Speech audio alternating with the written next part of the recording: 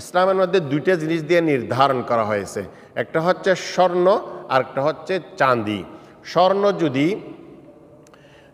7.5 ভরি হয়, অর্থাৎ 85 গ্রাম, বর্তমানে 85 গ্রাম স্বর্ণ যদি কারো কাছে থাকে অথবা সেই পরিমাণ টাকা থাকে, সেই পরিমাণ টাকা থাকে, যদি মনে করেন 1 ভরি স্বর্ণের দাম যদি 1 লক্ষ টাকা হয়, তাহলে কারো কাছে যদি 7.5 লক্ষ টাকা থাকে, এরপরে 1 বছর থাকতে হবে।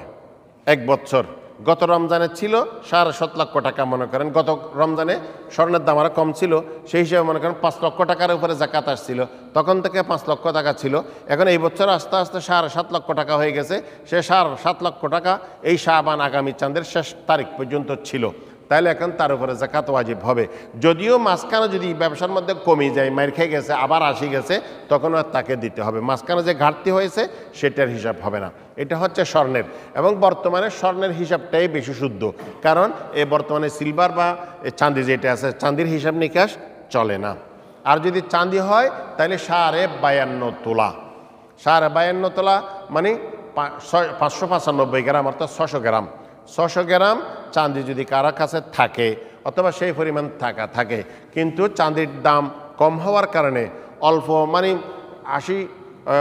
60-70 হাজার 80,000 টাকার মধ্যে জাকাত আসি যাবে।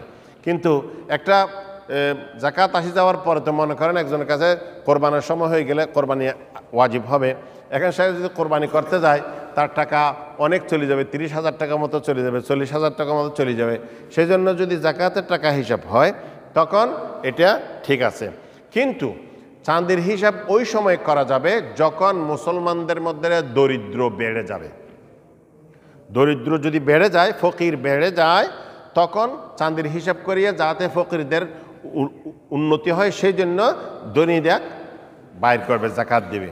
আর যদি মুসলমানদের মধ্যে দরিদ্র কম, তাহলে চাঁদির হিসাব না করিয়ে স্বর্ণের হিসাব করাই ভালো। কিন্তু বর্তমানে যেহেতু সব জায়গায় স্বর্ণের হিসাব চলে, সেই হিসাবে স্বর্ণের হিসাব করাই উত্তম।